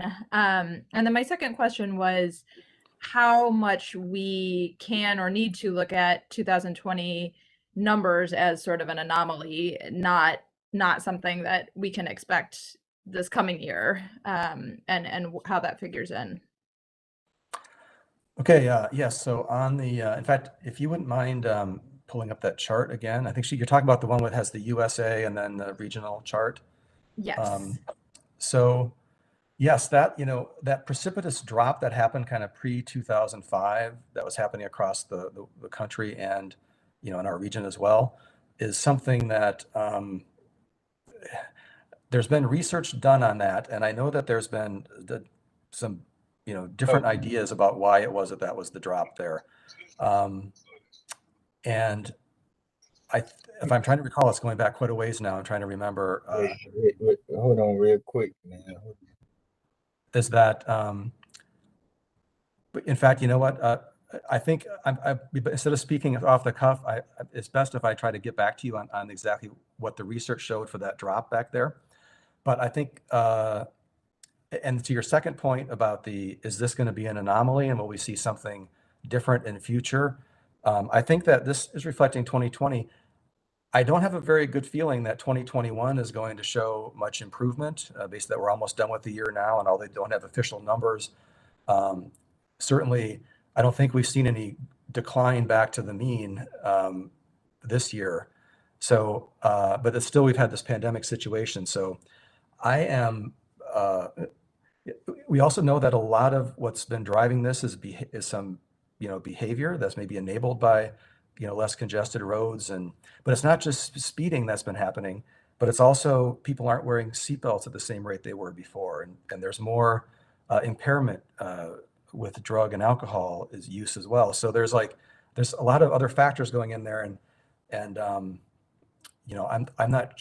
I wouldn't bet on it dropping. It's definitely not next set of measures. And I don't know about after that either. So I'm sorry, I don't have anything more encouraging to say about that at the moment. Thank you. Yeah, definitely not encouraging, but thank you for the information. And I'd be curious if, as a follow-up, if you can get some information about what contributed to that decrease earlier on. Thank you. Yes, I will. Thank you. Thanks, John, and thanks, Ms. Costick. And my assumption would be, John, if you're able to help pull some of that together, I bet others would be interested as well, so that could be shared with everybody. Will do. All right. Any other questions from Maryland? And WMATA, any other agencies? All right, John, thank you very much. And again, as a heads up, this will be an action item on the January agenda. Thank you. Thanks, John. All right, now we are going to turn to the meatiest item on our agenda today, item number 11. This is the draft results from the TPB Climate Change Mitigation Study. It's the last item on our agenda, but one that we knew we wanted to reserve the most amount of time for, given that my assumption is it's going to prompt some good conversation. There's a lot of information in the climate change mitigation study that we asked staff to undertake at the beginning of this year that this study is providing us as decision makers. We were provided with a draft report and a copy of this presentation last week to review. We also held an hour-long work session this past Monday where we received a detailed briefing. Not all of you were able to attend that work session. I'll say that it was deeply sobering, as well as really spoke to the urgency, though, and also a reflection that there's not a single one of us that's going to make it on our own, that it really is going to take that type of regional thinking and cooperation and vision, frankly. So today we're going to have staff and consultants who did the study do an abbreviated review of the study, what assumptions were made and what the results of the analysis are. I know that all of our minds will be in overdrive with the information we received today. If you haven't seen it yet, your wheels are going to start turning. And then we will have many things to say and questions to ask as a result. In the interest of time, I would suggest that after the presentation, let us first try to get to any clarification questions that members may have on the assumptions and the results. So what I'll try to do, again, is ask people to kind of focus the first set of questions they may have on questions around what were the assumptions you used and the results that were gained. Then we can turn to a quick discussion amongst ourselves with the larger questions. And if you're like me, again, your wheels are turning and you're jumping into those larger questions, such as, what does the findings tell us about in terms of our own decisions around transportation investments? How can each of us use this information within our own jurisdiction? How can we collectively, as a regional planning body, make change and use this information to craft a more efficient, more equitable, and more environmentally sensitive transportation system? Let me say today's discussion will mark the beginning of what I believe will be a larger conversation that will take time. I suspect this topic will return to this board at least a few times in the year to come under Ms. Savesky's leadership, and she's nodding her head. So this is, again, just think of this from a framing standpoint as just a start today. During the work session, Conti provided some remarks that provided a broader context to this study and importantly the results, which again are very sobering. In the interest of time, Conti's put those remarks into a memo and this has been provided to all of us. I encourage you to review that as we begin to discuss what all of this would mean for the actions that we would take in the coming years. And with that, let me turn to Mark Moran to get us started. Good afternoon. Before I begin, I'd like to thank our consultant ICF for the excellent work that they've done on this study. ICF has extensive experience in the area of climate change planning and mitigation. ICF was supported in this effort by Fair and Peers and Gallup Corporation. I'd also like to thank two COG TPB staff, Aaron Morrow and Dujan Vuxon, whose expertise and work has been pivotal to the success of this study. The last two times we presented to the TPB on this topic were in September and at the work session on Monday. So this afternoon, I'll provide a brief overview of the study and we'll go over the first 5 slides of the presentation. Michael Grant of ICF will then go over the remaining slides and we'll discuss the findings from the scenario study. Next slide, please. The study had 2 key goals. First, to identify pathways to reduce greenhouse gas emissions within the on-road transportation sector, commensurate with the region's 2030 and 2050 greenhouse gas reduction goals. And second, to explore scenarios to understand what types of strategies are needed to achieve the goals. Note that throughout this presentation, the term on-road refers to all emissions from roadway motor vehicles, including tailpipe, evaporative, and electricity-related emissions. Next slide, please. The study was divided into 2 phases. Phase 1 was conducted by TPB staff and consisted of a review of past COG and TPB climate change studies. This phase concluded with a report dated March 2nd. Phase 2 was conducted by ICF and consisted of a literature review and a scenario analysis. The literature review was documented in an ICF report dated July 8th. The study team developed 3 top-down scenarios and 10 bottom-up scenarios for a total of 13 scenarios. ICF and its contractors conducted the analysis and documented the findings in a draft final report dated December 9th, which can be found on the TPB website. Next slide, please. There are many different strategies that can be used to reduce greenhouse gas emissions. Groupings of these strategies are called scenarios. A pathway is a broad classification of strategies. There are 3 transportation-related pathways. The first is called Vehicle Technology and Fuels, referred to as VT. Examples include improving vehicle fuel economy, accelerating the deployment of electric vehicles or EV. The second pathway is called Mode Shift and Travel Behavior, referred to as MSTB or simply MS. Examples include mode shifts to transit, carpooling, walking, and biking, and then reducing trip lengths such as bringing jobs and households closer together. The third pathway is called Transportation Systems Management and Operations, or TSMO. This includes enhancing incident management, improving traffic signal coordination, and deployment of automated vehicles, connected and automated vehicles, or CAVs. Next slide, please. So global warming is caused by an overabundance of certain gases in the Earth's atmosphere, such as carbon dioxide, methane, and hydrofluorocarbons. The net effect of these Earth-warming gases is often expressed as a CO2 equivalent, or CO2e. Mathematically, total greenhouse gas emissions is the product of three terms: vehicle travel activity, energy efficiency, and carbon intensity.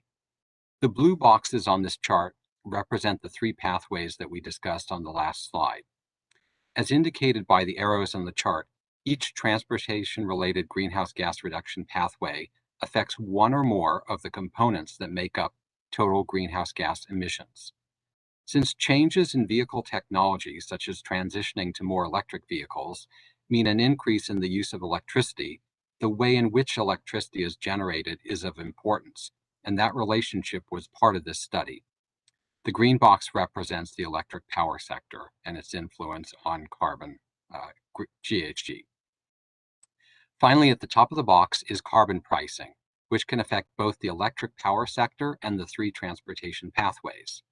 There are two ways to put a price on carbon: demand-side measures, such as a carbon tax, and supply-side measures, such as a cap-and-trade system.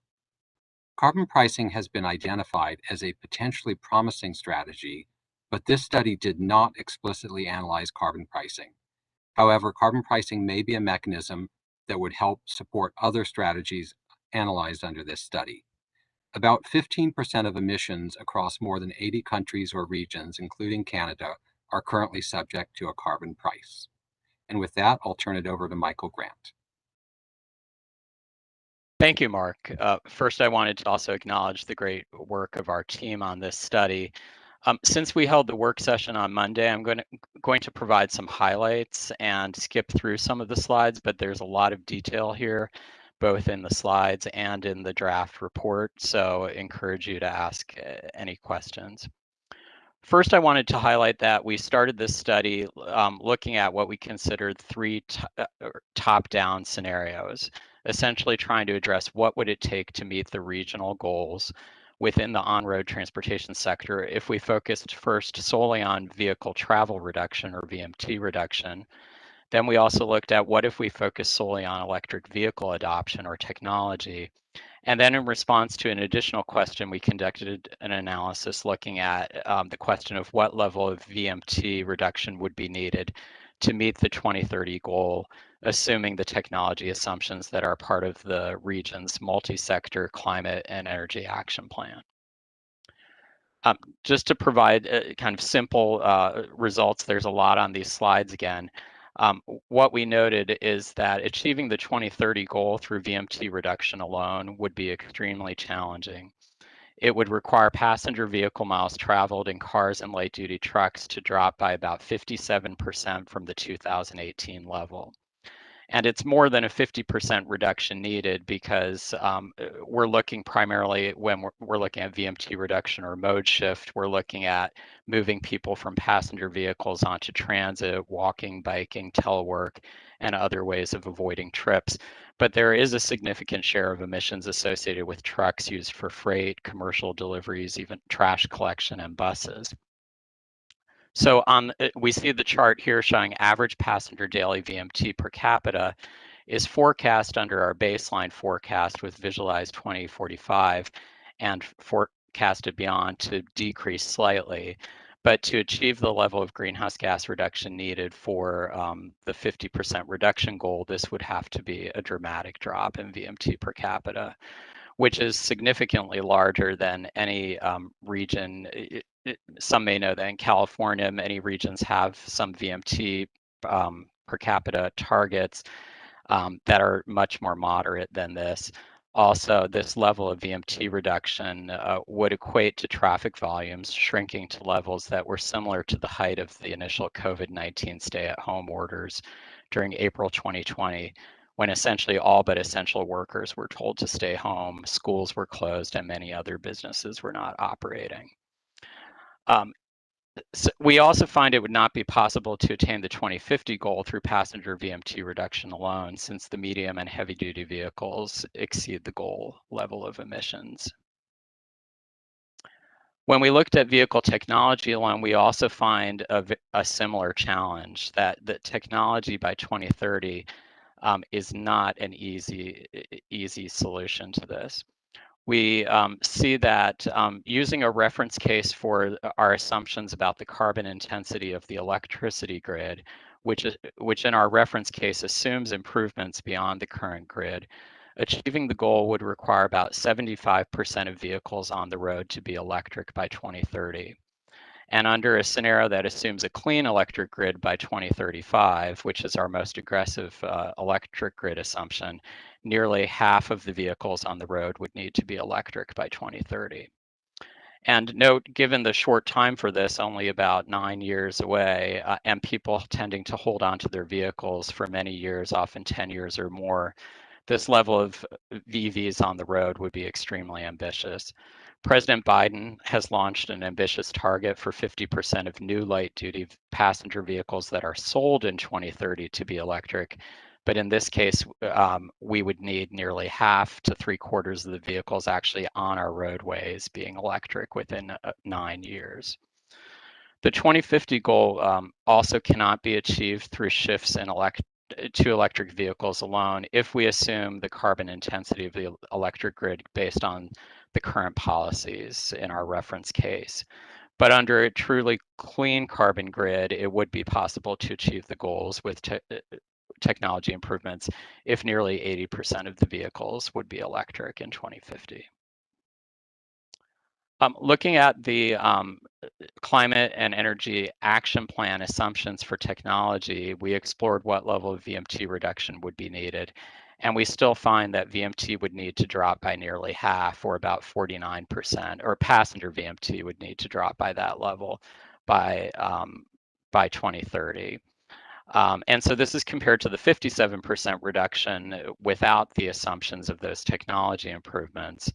But once again, we see that while the Climate and Energy Action Plan assumes substantial increases in electric vehicle adoption, even under those assumptions, it's still only a fraction of the total vehicle fleet. About 34% of cars and 17% of light-duty trucks on the road would be electric under those assumptions. So it is very challenging, and as some folks have said, very somewhat sobering to think about the challenge of meeting the 2030 goals. Particularly looking not only at VMT or one pathway alone, but even with some of the combinations.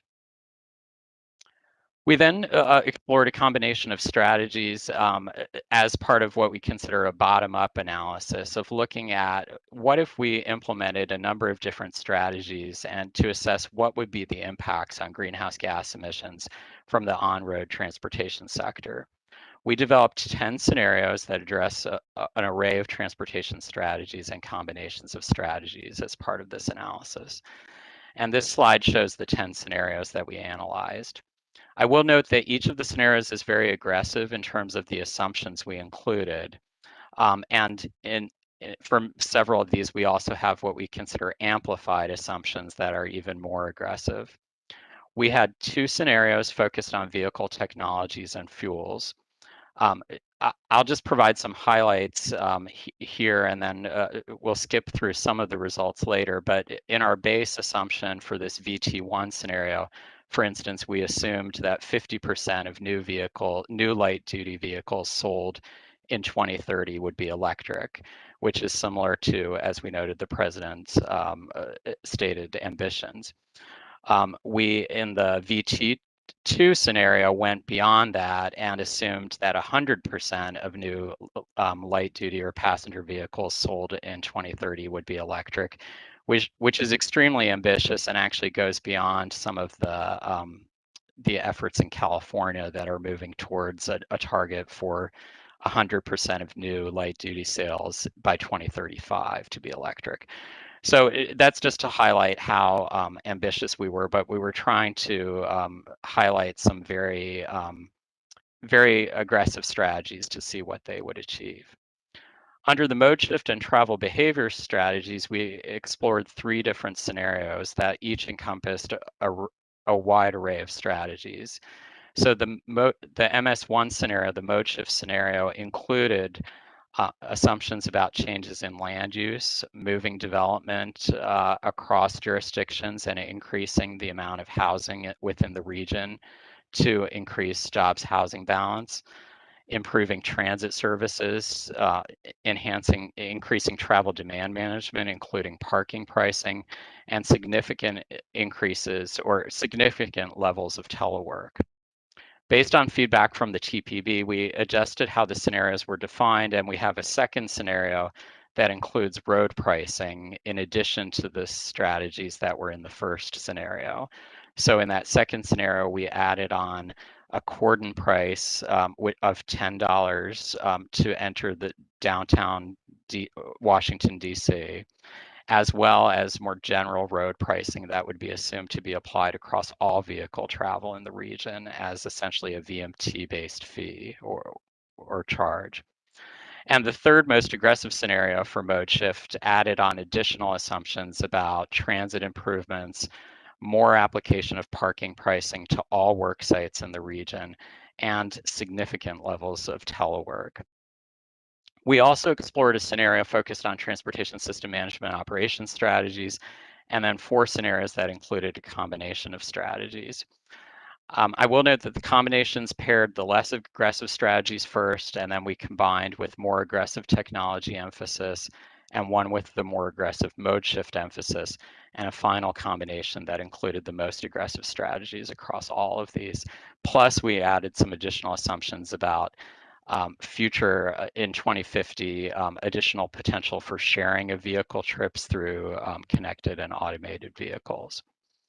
I will note that we did not examine specific projects or programs, so this analysis does not speak to individual projects. We generally focused on broad approaches. So we looked at increasing, for instance, the sales of electric vehicles or increasing the transit travel times, but we did not analyze what investments would be needed to get to that level of electric vehicle sales or that level of transit travel times assumed in the analysis.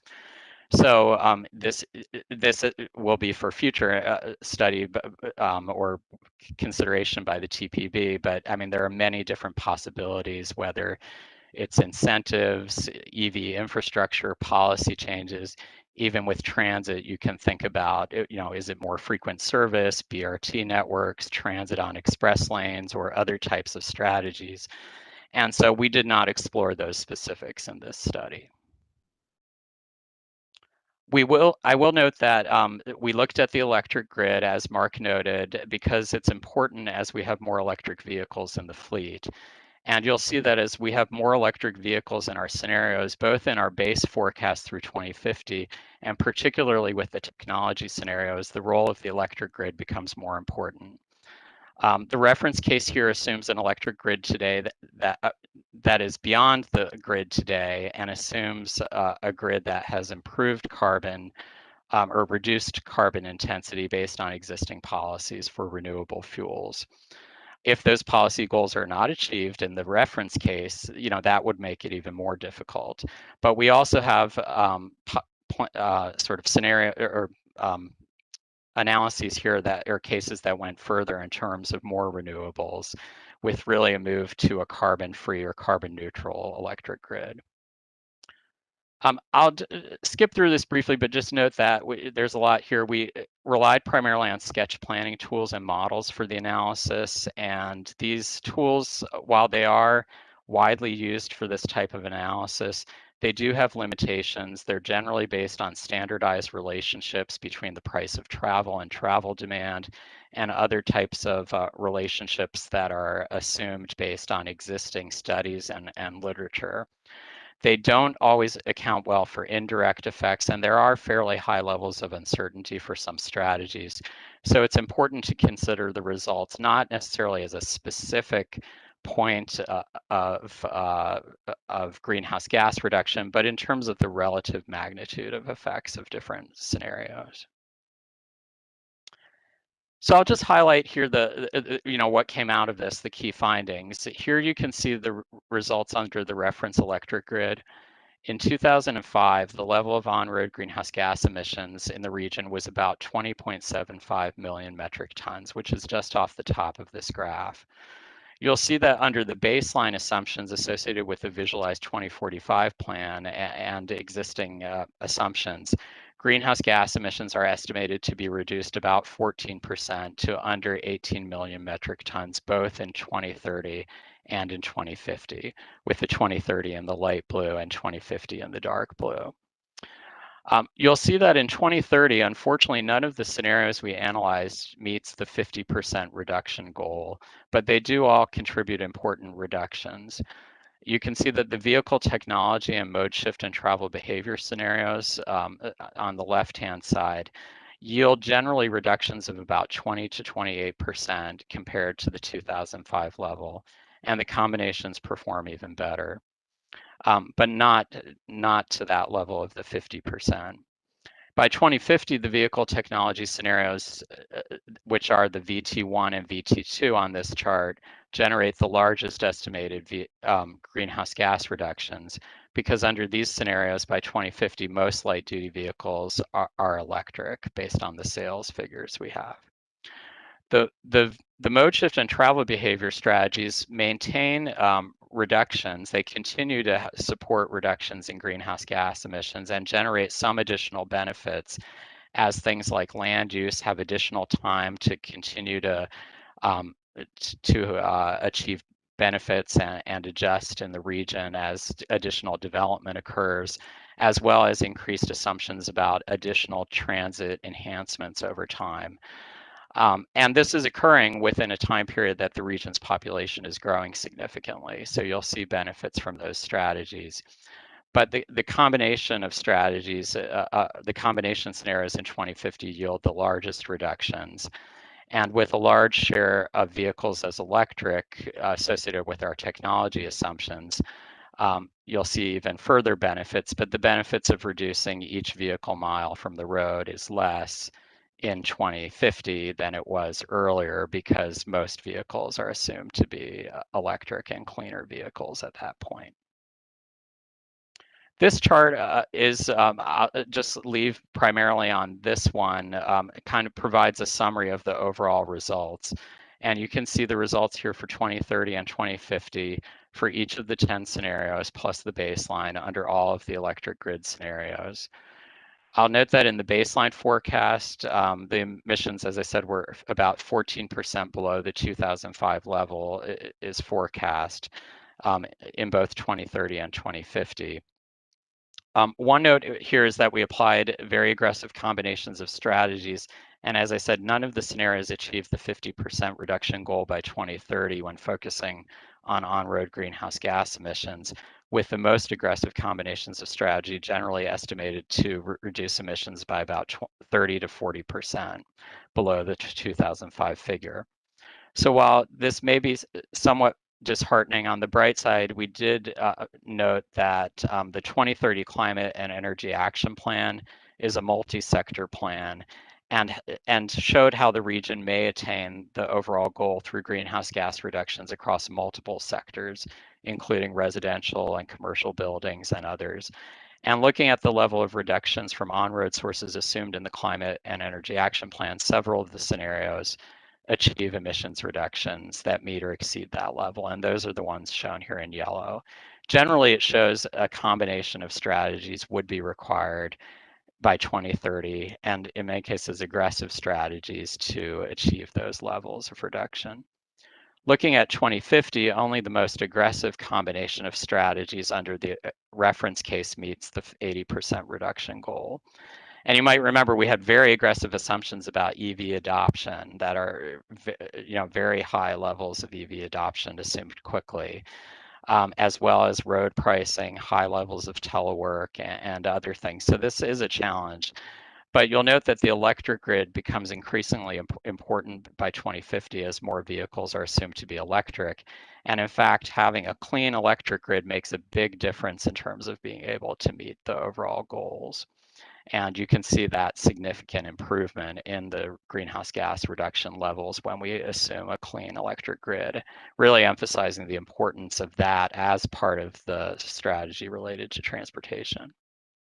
I think given time, I will probably skip through basically most of the individual slides that we have on the individual scenarios. I will just note just very quickly the VT1, the base technology scenario, as I said, had some pretty ambitious or what I would consider very ambitious assumptions about new vehicle sales. You can see that under a clean grid, this kind of technology scenario could achieve the 2050 goal according to our analysis. But again, 2030 is more challenging given the short time frame. Looking at the mode shift scenarios also, we do note that these are achieving fairly significant reductions in VMT. Even our base mode shift assumption, which included a lot of strategies, is estimated to reduce VMT by about 10% from passenger vehicles in 2030 and 13% in 2050. So it's a sizable reduction, and you can see that in our assumptions under this scenario, in 2030, the VMT from cars and light-duty trucks would be maintained at about the same level as 2018, despite over a 12% increase in population. So there's a definite reduction in VMT per capita.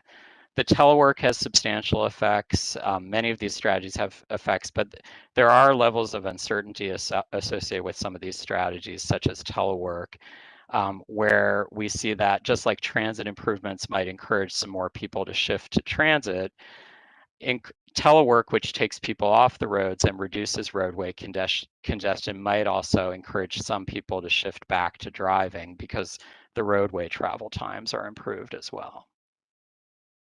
And so I'll just skip through these, but the information's all available. The combination of strategies are here. Oh, yes. Sorry, I hate to interrupt you. We're down to about 15 minutes left for all the questions and discussion. So if you can help us wrap up so that we can make sure we save some time for that, please. That sounds good. I think I'll just leave that. I think I've kind of covered most of the points that are in this briefing.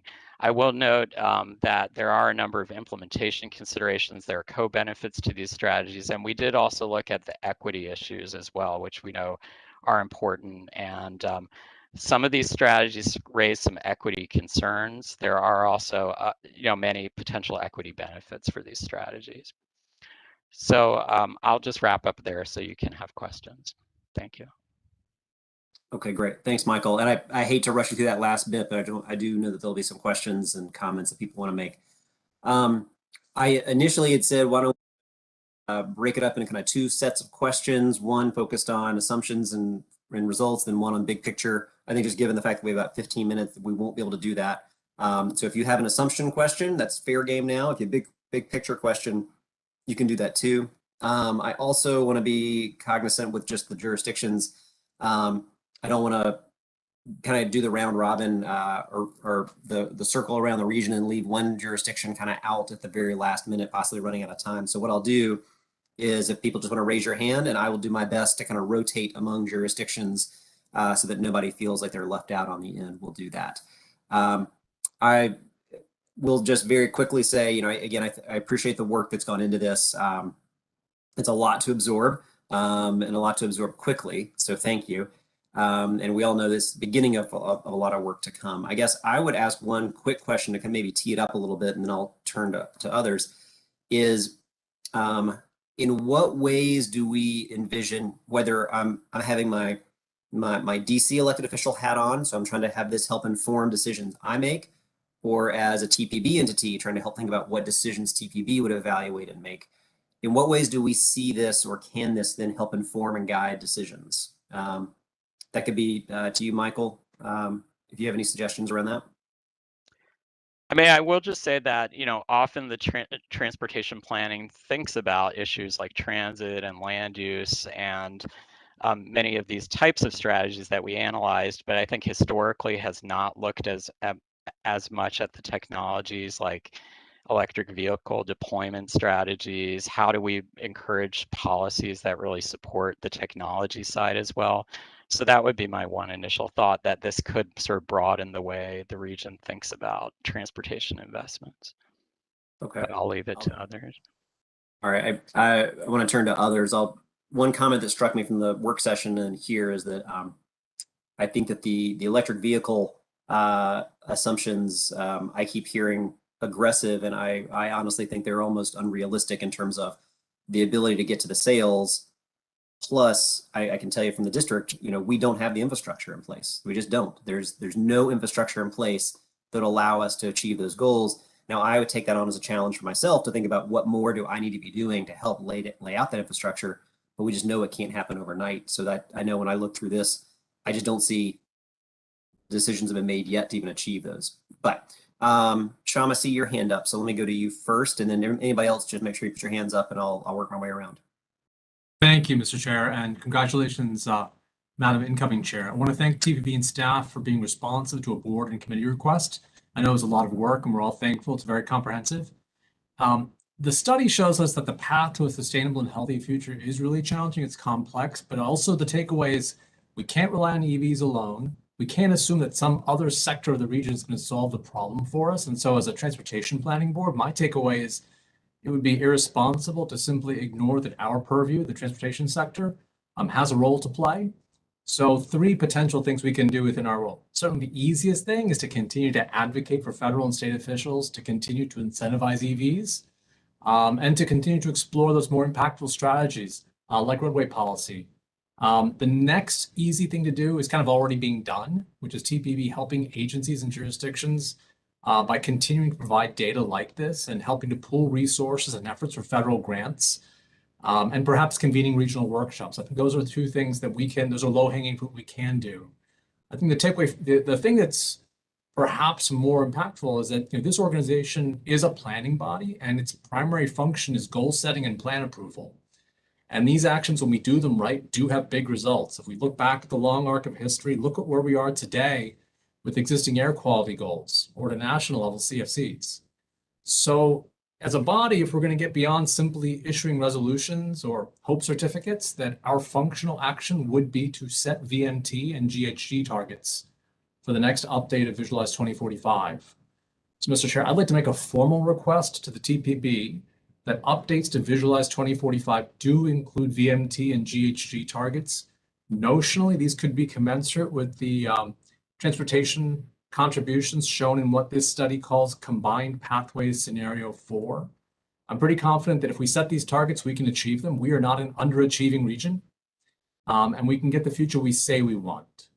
So I'll put that out there for consideration. Thank you, staff, for some tremendous work. Thank you, Mr. Chair, and congratulations, Madam Incoming Chair. Mr. Allen, if I could, Conti? just before we proceed, particularly on the 3rd suggestion, it's a great suggestion. We can set goals. Those can be aspirational, all right? But I would suggest that the members of the board go back to their own legislative processes and determine what it is that they can contribute. As has been said, the TPB does not fund project, implement project, administer project, or maintain operations, nothing, right? So we can set a goal, and the goal can be that. One example I will say, Combo 4 Sham suggested, one of the things it says is all of the projected housing and jobs that the local jurisdictions have approved, we will have to move them across jurisdictional boundaries where we think it is appropriate. So what is the strategy that will get us? Because Sham said we can do this. How would we do that? Right? That's question number 1. We've said under Com 4, and even combination 4 does not give us the 2030 targets, and it won't give us the 2050. Nevertheless, we've said $10 per day per trip to enter in and out of DC. Would the 23 member jurisdictions get behind that? Not today, not tomorrow, but 10 years from now. There are significant, we've said 77,000 new housings will be built in the next 9 years. Would the 23-member jurisdiction sign up for that? These are the magnitude. I would encourage members to really take some time to read the assumptions in the report. This is where we want to be. There's no question. As I said in my remarks, the study says where we have to be. It doesn't say how to get there.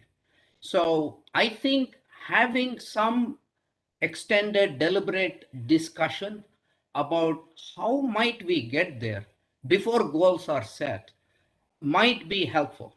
We can also do it the other way. We set the goals and then we use those goals to have those discussions. That can be done both ways. I just wanted to offer that as something to think about. Thanks. And just one quick procedural note, Sham, so make sure I understand. This is your, did I hear you saying you want to make a motion right now, or you're making a recommendation that this is what TPB should consider as we take the steps in the months to come?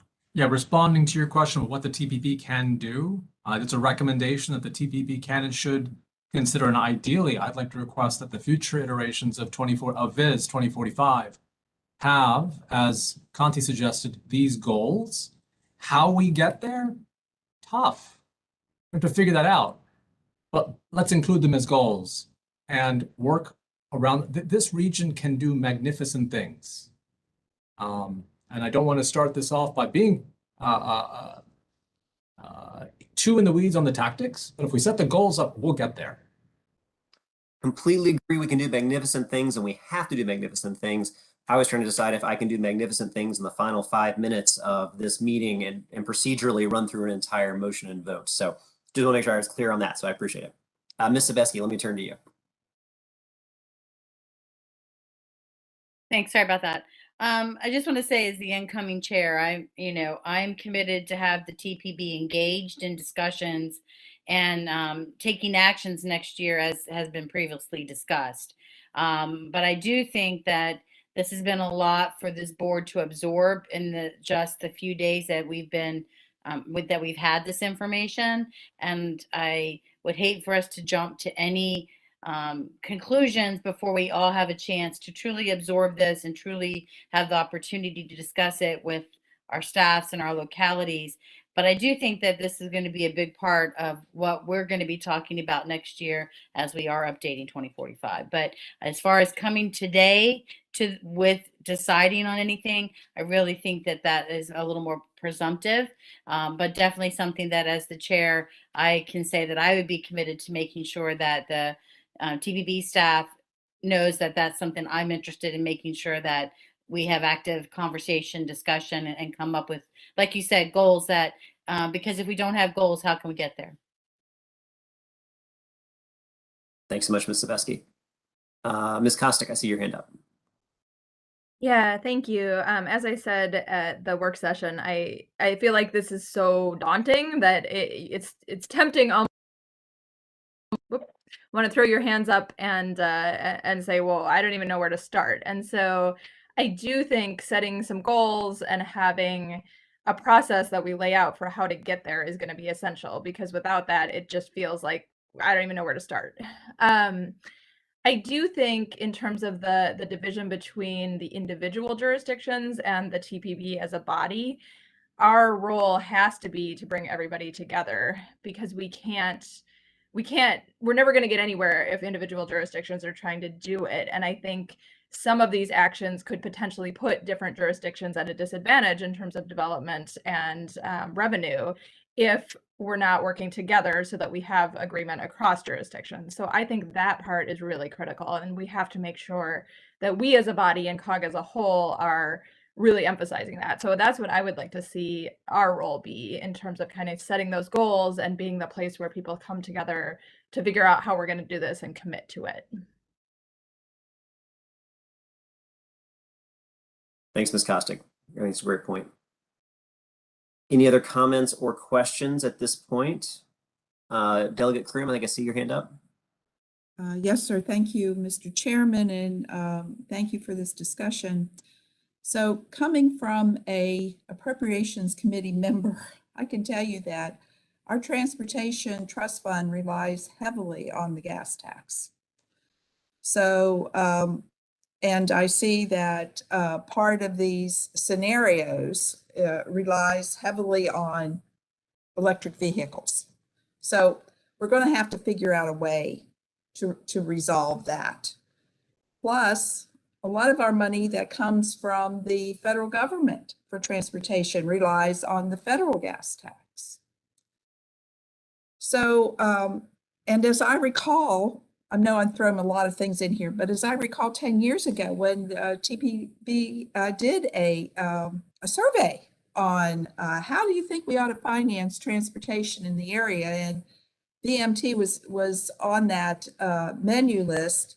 I mean, it got terrible reviews from the public.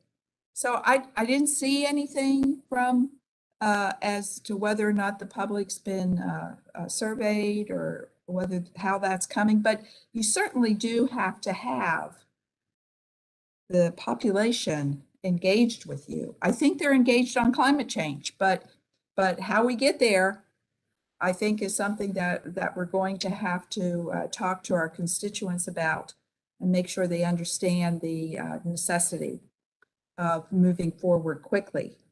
But this revenue issue, like the speaker before me, is very important, and how we resolve that. Plus, we use our transportation trust fund to subsidize transit in Maryland, which gets back to the gas tax. So all of this, I think, needs to be assimilated, and we need to come up with a plan. Thank you very much. Thank you, Delegate Krim. Mr. Wilhan, I see your hand up. Yeah, thank you.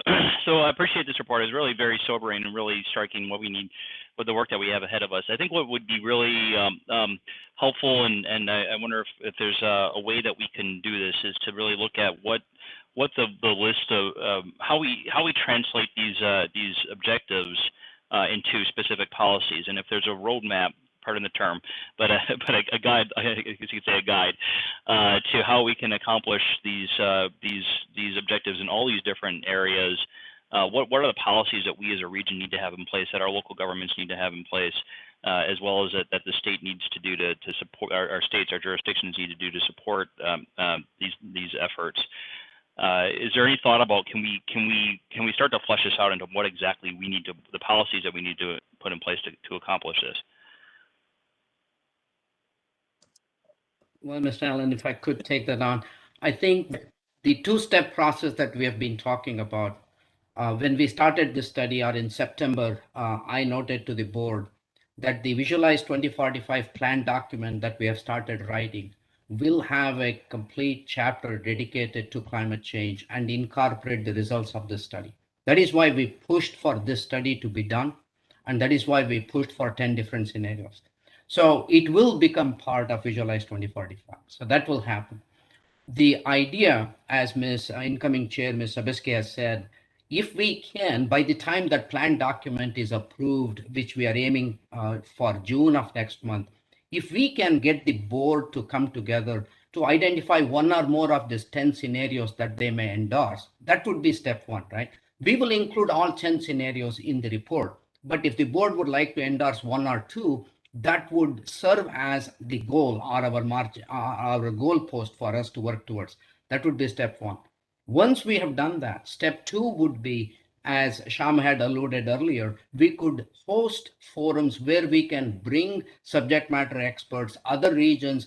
The whole country is working towards these things, so we can bring them together to share what strategies they are pursuing, and that might inform the transportation decision making.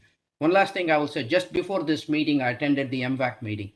Excellent presentation today by DC Department of Transportation. They are in the process of developing an electric vehicle plan. The draft was shared with MVAC. They are going to take it to the mayor, they're going to take it to the public. So that has identified not just what percentage of their fleet they would want to be EV, they are also trying to identify how many chargers should be within the District of Columbia. Where might those locations be? What type of chargers those would be? That is the level of action plan that would be needed within all 23 member jurisdictions and within all of the transportation agencies, transit and highway agencies. So I think that is where I see Mr. Voyan's question is that is the kind of follow-up we will have to do. And I don't think we can do that all in 1 year. We should be remained committed to keeping at it till we have provided those sorts of resources to help local decision makers to actually support and implement some actions to realize some of these outcomes that this study is assuming. Thanks, Conti. And Neil Harris, we're right at 2 o'clock, so I'm going to let you have the final question or comments before we wrap up. All right. Thanks, Mr. Chairman. I actually, I'm going to dovetail on what Mr. Streetkamp just said, because I think that's exactly the main point. The federal government and the state governments are going to provide significant subsidies for adoption of electric vehicles, which is great. It's beyond our purview, but they're also providing local jurisdictions like us funding for adding the infrastructure for charging the vehicles. And I think we all need to be putting our plans together and putting our hand out to our federal and other counterparts in order to build that infrastructure. I think that also goes along with Mr. Allen's comment about the infrastructure not being there yet. We need to be able to support all these EVs. I know at the city of Gaithersburg, we've just had coming before us an application from Pepco to provide some charging stations within our jurisdiction, but we're going to that's going to be full steam ahead. We need to get that going as quickly as possible to support this very important new infrastructure. Thank you. Thanks, Neil. Appreciate that. Well, that's going to take us right at 2 o'clock. So I appreciate it to our TPB team, Mr. Grant, Mr. Moran, and everyone for the presentation. And again, I know, as Ms. Sebesky has said, this is just the start of a conversation, and that in the new year, TPB will continue to have a lot in front there. Before we adjourn, I thanked a lot of people early on, TPB staff, everybody that I've worked with here. There's one person I did not acknowledge, and that's somebody you never see in one of the squares up here. But Chris Leskowski is my legislative director, and he's somebody who has staffed me on TPB for many years now, and he's just a silent person that's always helping me do my job. So I want to make sure I give a big thanks and appreciation to Chris and for the hard work that he's done and just the leader that he has been in this space. So thank you very much, Chris. That said, it is now 2 o'clock. And so I will now adjourn the meeting. I want to hope everybody continues to have a wonderful holiday season. Have a wonderful new year. And I look forward to seeing everybody in January. Happy holidays, happy new year. And we now stand adjourned. Thanks, everyone.